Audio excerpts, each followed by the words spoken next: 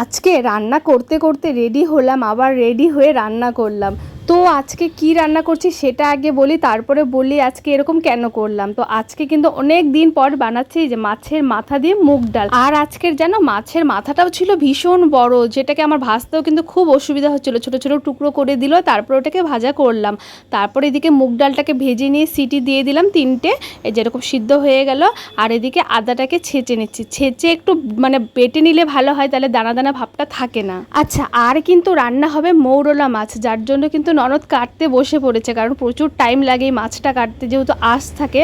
আর মৌরলা মাছের মাথাটা আমাদের না এরকম কেটে কেটে দেয়, তাহলে ওই যে তেতো ভাবটা হয় না, ওটা আর থাকে না। যাই হোক, এখন ডালটা সম্বার দেবো, যার জন্য ওই যে মাছটা ভেজেছিলাম না, ওই তেলের মধ্যে জিরে, তেজপাতা, শুকনো লঙ্কা ফোড়ন দিয়ে দিতে হবে কাঁচা লঙ্কা, আর ওই যে আদাটা ছেঁচে রেখেছিলাম, ওই আদা ছেঁচা পুরোটাই। ও ডালে দেওয়ার জন্য না একটা মশলার পেস্ট তৈরি করেছিলাম, যেটা তোমাদেরকে দেখানো হয়নি, সেটা দেখে নাও। সেটা একটা বাটির মধ্যে নিয়ে নিলাম লবণ, হলুদ, লঙ্কার গুঁড়ো, অল্প জিরের গুঁড়ো, একটু ধনের গুঁড়ো। ওটার মধ্যে একটু জল দিয়ে ভালো করে পেস্ট করে নিলাম।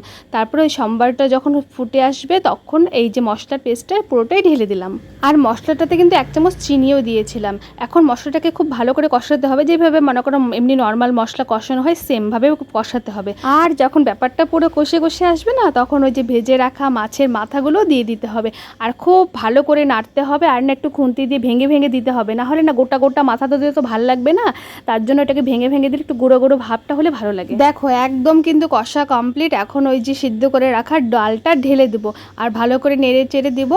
আর এই মুগ ডালে কিন্তু একটা জিনিস মাস্ট, যে এটা কিন্তু নাড়তে থাকতে হবেই। অন্য ডাল মনে করো বসিয়ে দিয়ে সরতে পারবে, কিন্তু মুগ ডাল যদি বসিয়ে সরে যাও, বাস ওটা নিচের দিকে লেগে লেগে যাবে, পরোটার একটা স্মেল হয়ে যায়। তারপরে দেখো এই যে ফুটে গেছে একদম, একদম শেষে ঘি আর একটু গরম মশলা দিয়ে নেড়ে চেড়ে নামিয়ে দিলাম। আর এই মুগ ডালটা যেহেতু কিন্তু খুব তাড়াতাড়ি নষ্ট হয়ে যায়, তাই কিন্তু এটা ভাগে ভাগে আমি বাটিতে বাটিতে তুলে রাখলাম। তারপর এই যে আমি রেডি হয়ে চলে আসলাম। এখনো কিন্তু মাছের ঝোল রান্না করা আমার বাকি আছে। অ্যাকচুয়ালি আজকে আবার যাব ব্যাংকে, আজকে ভাস্তিকে নিয়ে যাচ্ছি। এই কন্টিনিউ 5 দিন ধরে যাচ্ছি। আমার একটা খুব সমস্যা দেখা দিচ্ছে, যার জন্য ডেইলি যাচ্ছি। আই থিঙ্ক আজকের আমার সমস্যাটা হয়তো সমাধান হবে। আবার ভাস্তির একটু আছে সমস্যা, ওটাও আজকে সমাধান করে আজকে বাড়ি ফিরবো, এটাই ভাবনা করে বেরোবো।